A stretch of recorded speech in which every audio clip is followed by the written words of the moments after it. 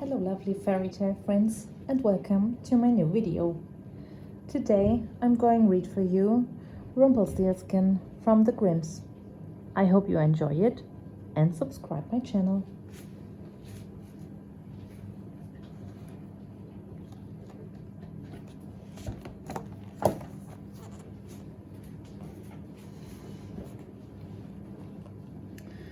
High on a hill, the windmill's sails turned steadily in the breeze.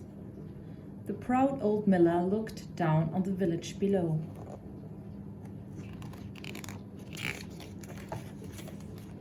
It's about time my daughter was married, he thought, but none of the young men in the village can possibly match her. The next day the baker's son came to the miller to buy a sack of flour. Spying the miller's beautiful daughter working at her spinning wheel, he asked her father shyly whether he might ask her to marry him. "My girl is far too good for a baker boy," scoffed the miller. "She's the prettiest girl in the village, and she spins the finest thread in the entire kingdom. In fact," he boasted, getting carried away, "she can even spin straw into gold." Disappointed, the baker's son heaved his sack of flour over his shoulder and trudged home.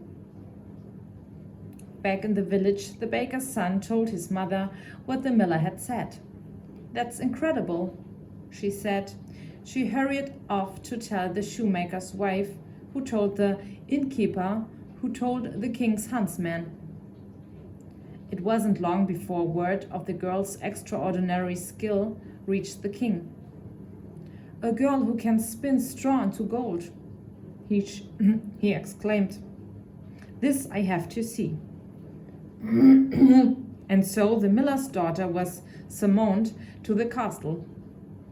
"I hear you can spin straw into gold," said the king, "so I'm going to put you to the test. If you fail, your father will be punished." He snapped his fingers, and a guard whisked the girl away to a small room. It was piled high with straw, and in the middle there was a low wooden stool and spinning wheel. "Now get to work," ordered the guard. "You have until morning to spin this straw into gold." Then he left, locking the door behind him to make sure the girl didn't cheat. The miller's daughter sat on the stool and sighed. She didn't want her father to be punished, but she didn't have a clue how to spin straw into gold. "Oh, what shall I do?" she cried. All of a sudden, a peculiar little man appeared. He had pointed ears, and his spindly legs looked as though they would snap under the weight of his round tummy. "What are you wailing about?" he demanded sharply. "I have to spin all this straw into gold," she replied, "but I don't know how." "Pah, is that all? I can help you," he said, narrowing his eyes. "But what will you give me in return?" "Here," she said, taking off her necklace. "You can have my locket." That'll do nicely," said the little man, snatching the necklace from her. Grabbing a handful of straw, he set to work. Veer, veer, veer, veer went the wheel as it began to spin. The miller's daughter watched in amazement as the straw turned into bright gold thread. She tried to see how it was done, but the wheel spun so fast it was all a blur. As she stared, her eyes began to feel heavy, and soon she was fast asleep. When she woke up, the little man had vanished, but where the straw had been, there were now 20 neatly tied bundles of glittering gold thread. The key turned in the lock, and the king came into the room. He could barely believe his eyes when he saw the gold. "You did it," he gasped, clapping his hands in delight. Then he began to think about all the things he could do if he had even more gold. So the guard took the miller's daughter to another room. It was larger than the first and filled with even more straw. Once more he ordered her to turn the straw into gold overnight, and once more he locked her in. No sooner had the key turned in the lock than the odd little man appeared from behind a mound of straw. "I can help you," he said, stroking his beard. "But that's a lot of straw. It'll take me all night. What will you give me in return?" "This ring on my finger is all I have left in the world," sighed the girl. "I'll take it," he snapped, and he started spinning. Veer, veer, veer went the wheel all night long. But try as she might, the girl couldn't stay awake to see how it was done. The next morning, the king was thrilled to find 100 bundles of bright gold thread. But it only made him want more. He led the miller's daughter to a third room. It was even bigger than the last, and it was cramped from floor to ceiling with straw. "Being king is a costly business," he told her. "If you can spin all this, I have all the gold I ever need. And I make you my queen," he promised. As soon as the girl was alone, the impish little man appeared again. He took one look at the vast mound of straw and let out a whistle. "Now that's a lot of straw," he said. "I can help you," he said, "but it's a big job, so it cost you." "I have nothing left to give you," sobbed the miller's daughter. "Well," wheedled the little man, "it seems the king has taken a shine to you. If you become queen, then you must give me your firstborn child." The girl's mind was a whirl. She had no idea what might happen. So, reluctantly, she agreed. Satisfied with the deal, the little man set to his task once again. Just as before, the miller's daughter fell asleep, but the little man worked furiously all night long. Whir, whir, whir went the wheel, faster and faster, as the little man raced against the clock. Just as he finished spinning the last bundle of golden thread, the key turned in the lock and he vanished. The king flung open the door and was dazzled by the great piles of gold that filled the room. Then, standing in the midst of it all, he set eyes on the miller's daughter. Her hair shimmered like spun gold. For the first time, the king noticed how stunningly beautiful she was. He fell instantly in love with her. "I've been so caught up with greed. I've treated you terribly," he cried. "If I promise never to make you work at a spinning wheel ever again, will you forgive me and be my queen?"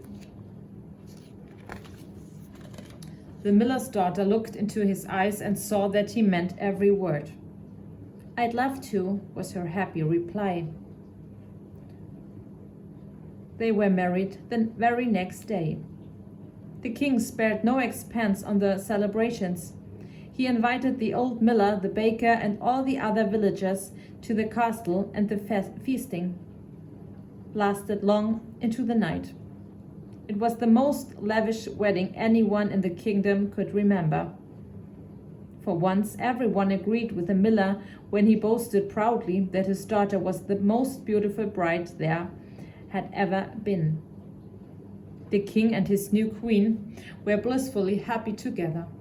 He was a kind and generous husband, and she was devoted to him. The month passed, and the queen gave birth to a beautiful son. She was so besotted with him that she forgot all about promise she had made to the strange little man. Then, one dark winter's night, the queen was rocking the baby to sleep when she felt an icy breeze. She glanced up to see if the window was open and gasped in horror.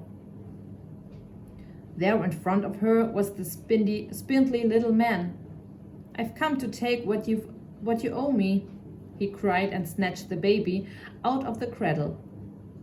The queen was distraught. "I give you all the riches of the kingdom, But please don't take my baby, she begged.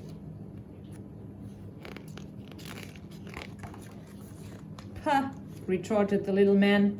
"I can spin all the gold and silver I ever want. Besides, a promise is a promise." The queen wept and pleaded with him until he couldn't take any more. "Very well," he snapped. "If you can guess my name in 3 days, you may keep the child. If not, he will be mine. I'll be back tomorrow at midnight."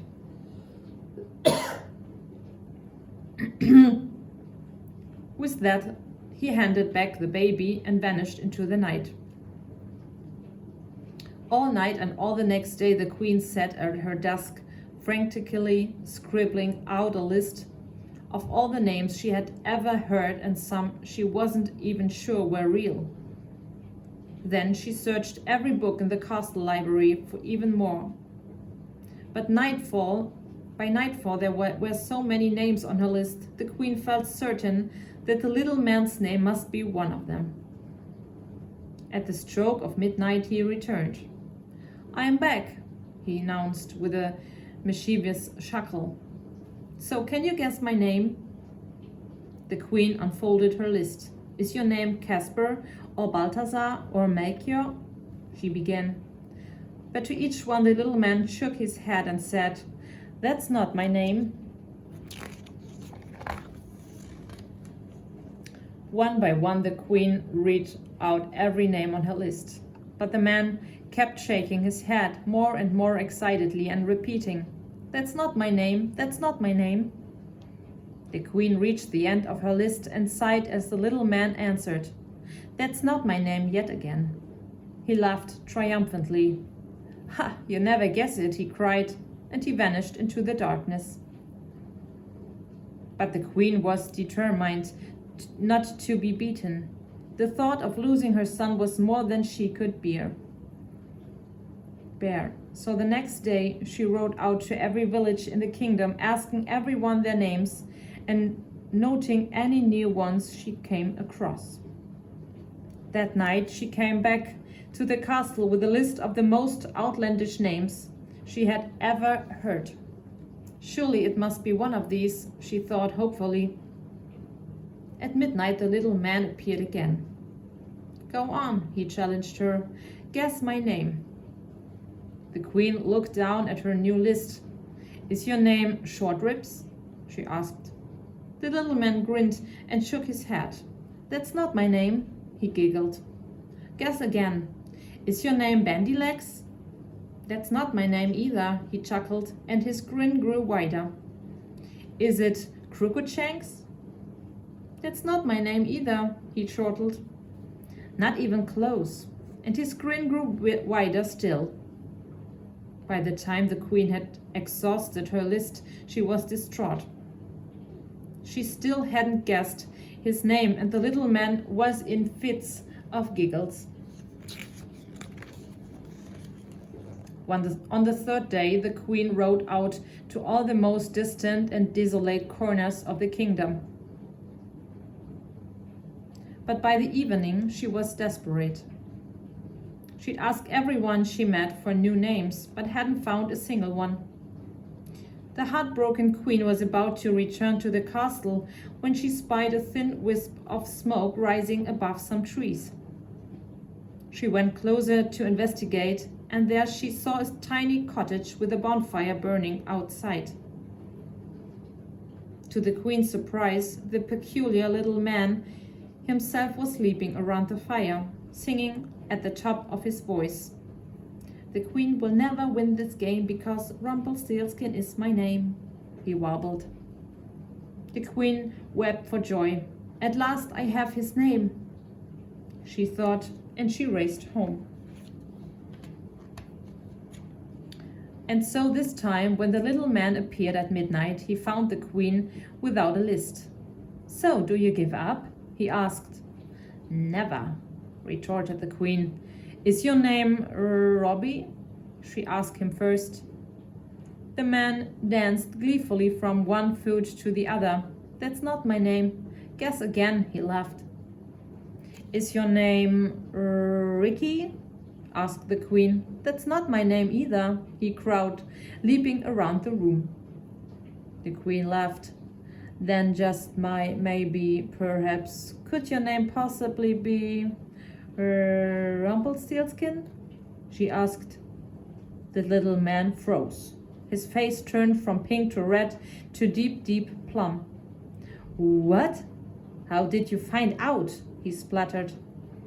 Rumpelstiltskin exploded with rage.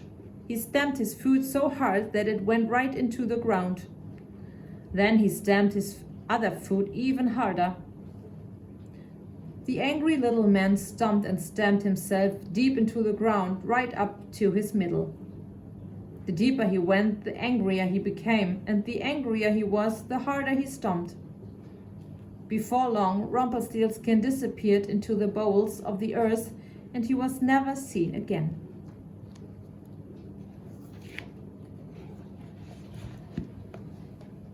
I hope you liked the video and subscribe my channel. See you next time.